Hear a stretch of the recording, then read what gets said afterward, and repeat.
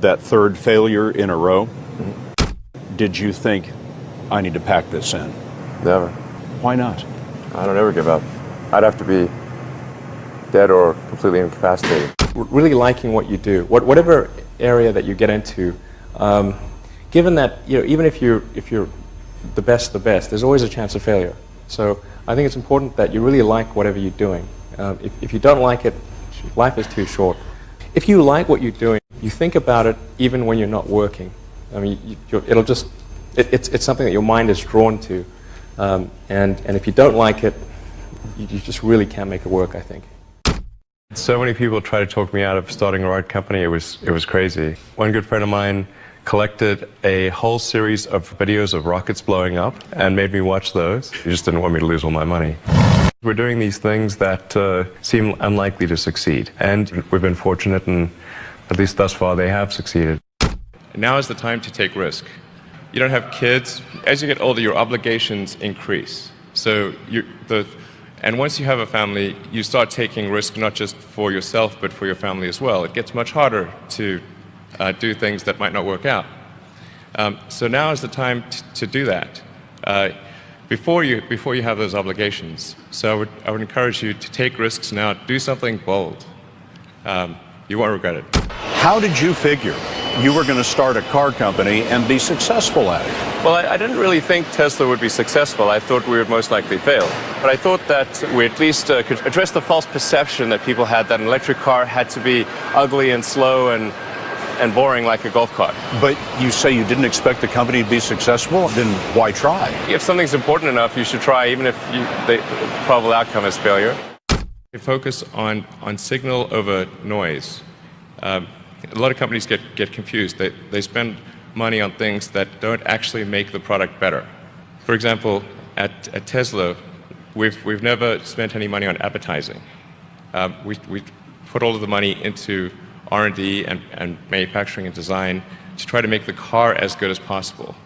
I think that's the way to go. For any given company, just can keep thinking about, are these efforts that people are expending, are they resulting in a better product or service? And if they're not, stop those efforts. When I interview someone to work at the companies, would be to ask them to tell me about the problems that they worked on and how they solved them. And if someone was really the person that solved it, they'll be able to answer multiple levels. They'll be able to go down to the brass tacks. And if they weren't, they'll get stuck. And then you can say, oh, this person was not really the person who solved it, because anyone who struggled hard with a problem never forgets it. If you're creating a company or if you're joining a company, the most important thing is to attract great people. So either join a group that's amazing, that you really respect, or if you're building a company, you've got to gather great people. I mean, all a company is a group of people that have gathered together to create a product or service. And so depending upon how talented and hardworking that group is, and the degree to which they are focused cohesively in a good direction, that will determine the success of the company. So do everything you can to gather great people if you're creating a company. You've got to make sure that whatever you're doing is a great product or service. It has to be really great. And I go back to what I was saying earlier, where if you're a new company, I mean, unless it's like some new industry or new market that, if it's an untapped market, then you have more ability to,